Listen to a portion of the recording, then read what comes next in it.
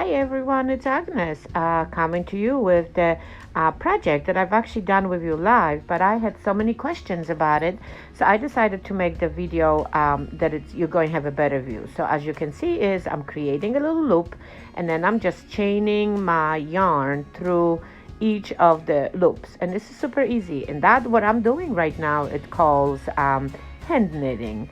So I am looping, I would say around 15 loops.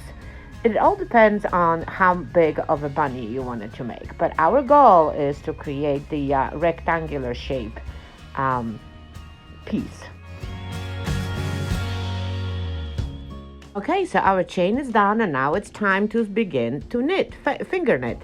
So what I do right now is I find each chain and I pull the yarn from the skein that I have and just leave it floating like you can see it right now.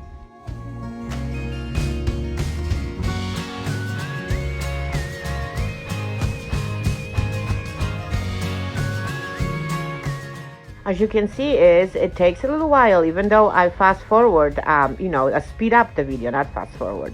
So now when you finish the first row, things should get a little bit easier. So you do exactly the same thing. I mean, some people like to have it flat on the surface like I have it right now to pull your yarn through those loops you created. But with me, it's just whatever makes it easier. I, a lot of times, like to have it hanging like I am doing it right now. Don't you worry when you pull those, the yarn through those loops that some of them are not even, or they will maybe actually run back and, undo themselves. Everything is fixable because you do have it all right on the visible. The good thing is when you finger knit is that you do not really have to flip your work. You can literally keep it like right straight and just go back and forth with your loops. I'm not going to hold you through this whole process, obviously, but I would say is the bunny that I made with my friends live on a Facebook actually took me the whole skin. So I will be right now hand knitting, finger knitting until I know that my skin is almost done. I absolutely love chunky yarn projects because they come to life so quickly. So I'm not going to hold you through this whole process of me knitting because nothing changes until we go towards the end. So here I am almost at the end, and now look, even if you do not want to use the whole skin, the way to predict is how big of a bunny you want is just to see how big of the ears are going to come out. So I think I still have a little bit left, and so I'm just going to keep on going. Okay, so I am almost done in here, and I do want to, I don't know why I cut this, but either way, now I'm going to have a knot, but that's fine. So now what I wanted to do is to end that rectangle that we are going to make the bunny out of. I take 2 loops at the same time, and I pull the running yarn from it and to create that little chain, literally like what we started at the beginning.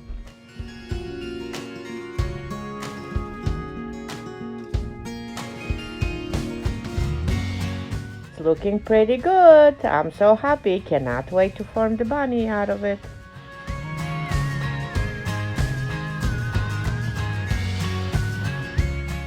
Okay, so when you get to the last 2 loops, all what you need to do is pull them through and then cut the end of it and just simply pull this all up, and I promise nothing is going to happen to our edge. So now it's time to add a little bit, of the accents. But before we do that, we need 2 couple pieces of yarn. So I'm just using the white yarn. The yarn is going to help us actually with another step. So look, I'm going to the shorter side of my rectangle, pulling the corners, and all what I'm doing is just tying. Oh, and it did not work. I guess the yarn is not good over here. So all what I'm doing is just tying, the 2 corners that are going to be my bunny ears. And now, as you can see, is I do have that little bulk that it's created when you pull the corners. So that's going to be my bunny face. So that's going to be simple as that. So now I'm going to take another piece of the yarn and I'm going to tie right underneath that bulk, but then I'm going to finish off right where my ears are. I hope I'm not confusing you, but that's how it goes. I'm not going to be really worrying about those, extra pieces of yarn that I have hanging. I'm just going to move on to another step. So now the another step is to actually finish the back of my bunny. Obviously, I still have to need to, pull and stretch and pull and whatever I gotta do. So now I'm taking another piece of chunky yarn and I'm going to do sort of like, you call it in the sewing, I think, running stitch. So all what I do is, and actually, as you can see, is I did not take another piece. I used the piece that I started my whole rectangle with. And that's going to be enough for me to finish this off. So now I'm just trying to make sure that I do have a nice edge and I'm connecting the back of it. And that's it, pulling it all together. Just because I still had a lot of yarn left, I decided to go up the back of the body of my bunny. But you could actually, it all depends how much of a yarn you have left. But before I finish this off, I do want to stuff it up with a little bit with the polyfill and then continue. But notice the way I'm doing it right now is I'm trying to make sure that I do have this nice chain, the ending of my rectangle nicely showing. So it does have a nice pattern. So that's it. Now all what I need to do is tie with the a yarn that I used to tie the ears and the face, and that portion is done. And whatever remaining of the yarn I have, I'm just going to tack it in after I pull and shape and be satisfied with the way my bunny looks. Okay, so now it's time to create a little bunny tail. And again, this one is super easy. I'm going to create a messy bulk of yarn right there. And, and I'm really not worried, how many times I did it. And I'm not worried that some of the pieces are shorter, some of not. Because I do want to use only portion of this pom-pom that I'm making for my bunny tail. So all what I do is tie it in the middle, whatever I did, and I'm going to fluff it up and try to, make it as uneven and funny looking as I can possibly can. So I think it's okay. And especially, I do want it to only show, I do want it to actually pull it and attach it to the back of my bunny. So I really care about one side of this pom-pom. So it's okay. Now I'm pulling my yarn that I was tying my ears and face underneath the stitches, and then I'm going to tie my pom-pom right to it. And of course, notice, and I've noticed that also as I was making it with you live, that when you pull that, automatically the face lifts up.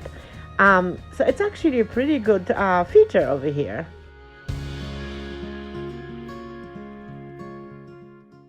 And the good thing is no hot glue is needed. So now look what happens. As I pull, all of a sudden the face lifts up. But of course, because I am going to still shape and pull and, and try to see, the bunny could be actually on the flatter side, could be on the standing side. This is all depends on how are you going to form it. But do you see the face? Do you see the little body shaping in there? And of course, I do have the two of them. And notice that one is showing on one, I do not know, the right side and the left side, I do not know. But here is the close-up. Don't you think that little bunny is so huggable? It's a perfect little gift all year round to any little person that loves bunnies and even a grown-up. I really hope that I did inspire you to take a yarn and create something. It doesn't have to be necessarily a chunky yarn, but I really hope that I inspired you to create one for yourself. So if you do know anyone that can possibly like to make one, please don't forget to spread the love of this video and inspire somebody else. I would greatly appreciate this. And now look at this. My little bunny is wearing that little hat.